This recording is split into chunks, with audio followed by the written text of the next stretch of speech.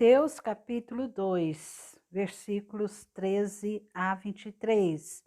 Tendo eles partido, eis que apareceu um anjo do Senhor a José em sonho e disse: Desponte, toma o menino e sua mãe, foge para o Egito e permanece lá até que eu te avise, porque Herodes há de procurar o menino para o matar. Dispondo-se ele, tomou de noite o menino e sua mãe e partiu para o Egito.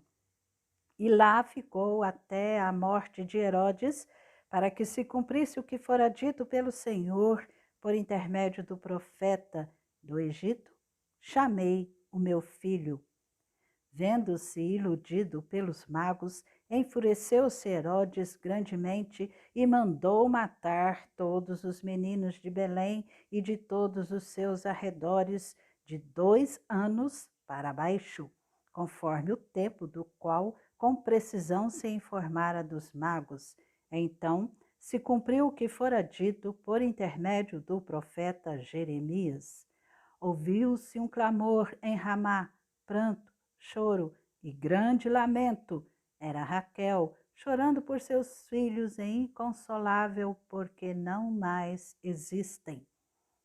Tendo Herodes morrido, eis que um anjo do Senhor apareceu em sonho a José no Egito e disse-lhe: Desponte, toma o menino e sua mãe e vai para a terra de Israel, porque já morreram os que atentavam contra a vida do menino.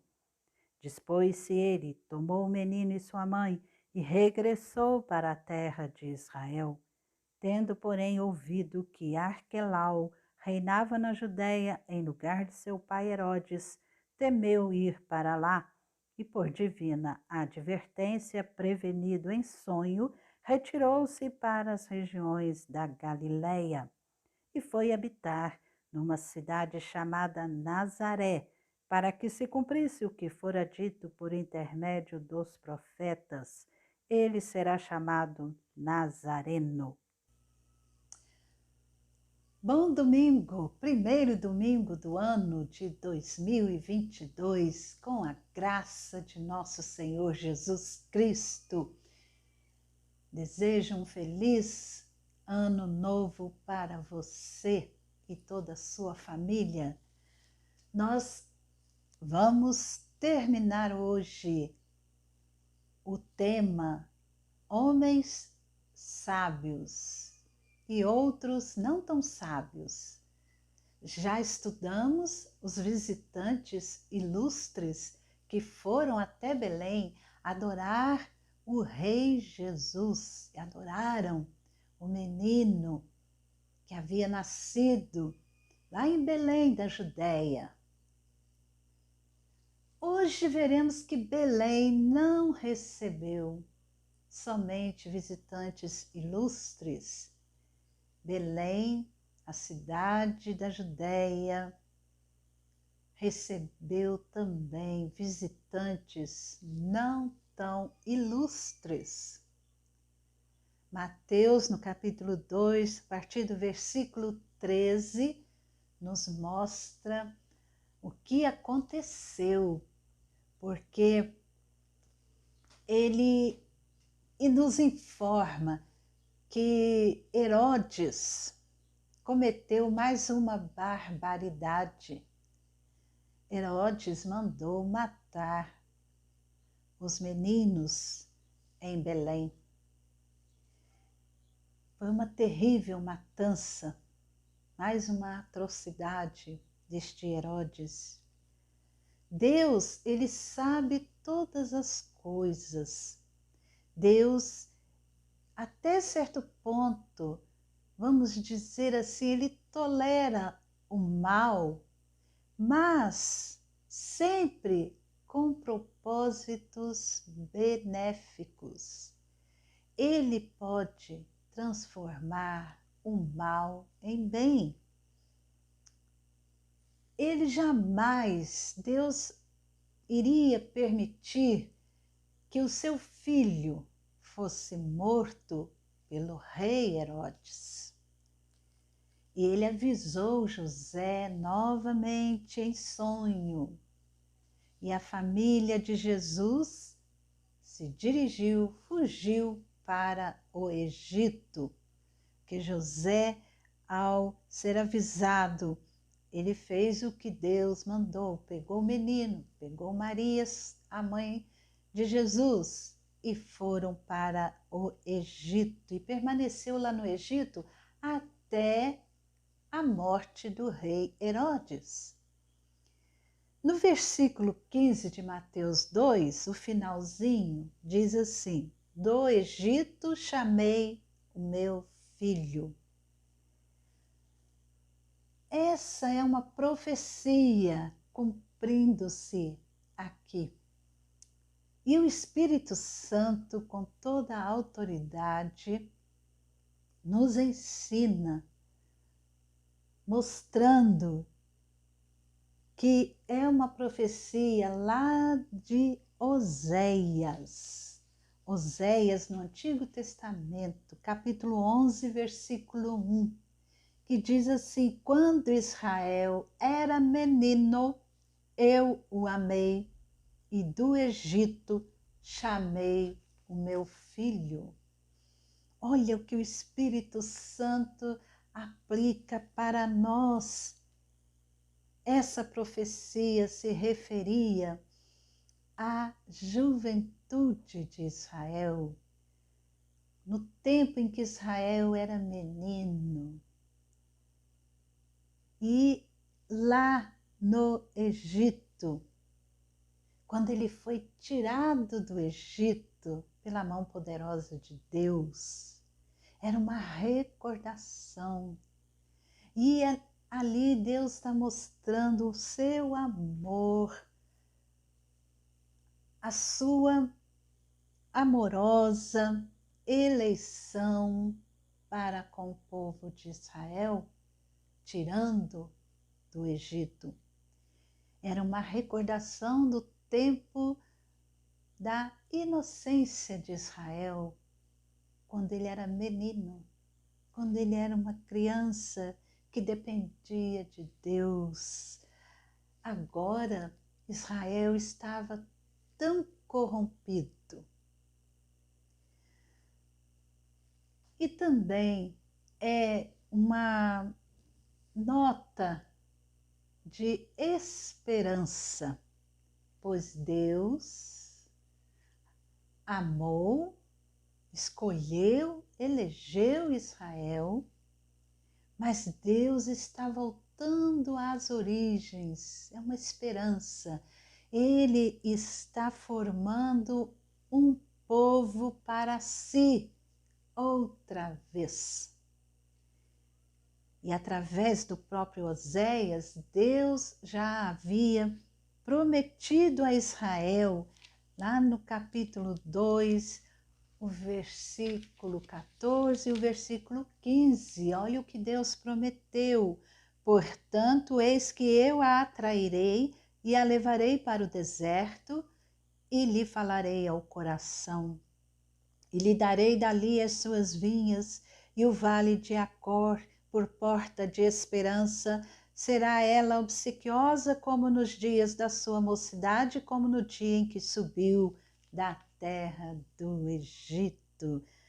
Olha o que Deus prometeu. Deus iria atraí-los para si, ia no deserto falar aquele povo ao seu coração e daria terra para eles, uma porta de esperança que seria favorável a Israel, como no dia que ele saíra do Egito. E quando Deus chama mais uma vez do Egito seu filho, não são apenas palavras que se encaixam, não, mas mostra toda uma história de amor, o amor de Deus pelo seu povo. E Herodes, aquele rei cruel, ele, quando percebeu que fora enganado pelos sábios, porque os sábios não retornaram a ele por advertência divina, ele ficou tremendamente, terrivelmente enfurecido. E em meio à sua loucura, à sua raiva, seu enfurecimento, ele mandou matar todos os meninos de Belém e arredores que tivessem menos de 2 anos, de idade. E novamente nós vemos um paralelo aqui com os acontecimentos da juventude de Israel no Egito. Que naquela ocasião, lá no Egito, nós conhecemos a história. O povo cresceu e o faraó, ele ordenou a todo o povo, dizendo: a todos os filhos que nascerem aos hebreus lançareis no Nilo, no rio, mas a todas as filhas deixareis viver. Mateus vê naquele incidente de Herodes mandar matar todos os meninos de 2 anos para baixo, Mateus vê ali mais uma profecia se cumprindo. Vimos o paralelo lá com o povo de Israel no Egito, quando o faraó manda matar todos os meninos. Agora Herodes manda matar todos os meninos de Belém e arredores com 2 anos para baixo, porque foi o tempo que ele calculou e viu com os sábios que era o tempo que a estrela aparecera. Então Jesus provavelmente teria entre 1 e 2 anos, então matando todas as crianças, todos os meninos em Belém e arredores, ele poderia matar Jesus? Mas Deus não permitiu, porque José foi avisado antes e foi para o Egito. E aqui Mateus, mais uma promessa, uma profecia se cumprindo. E essa profecia foi feita por Jeremias no capítulo 31, versículo 15.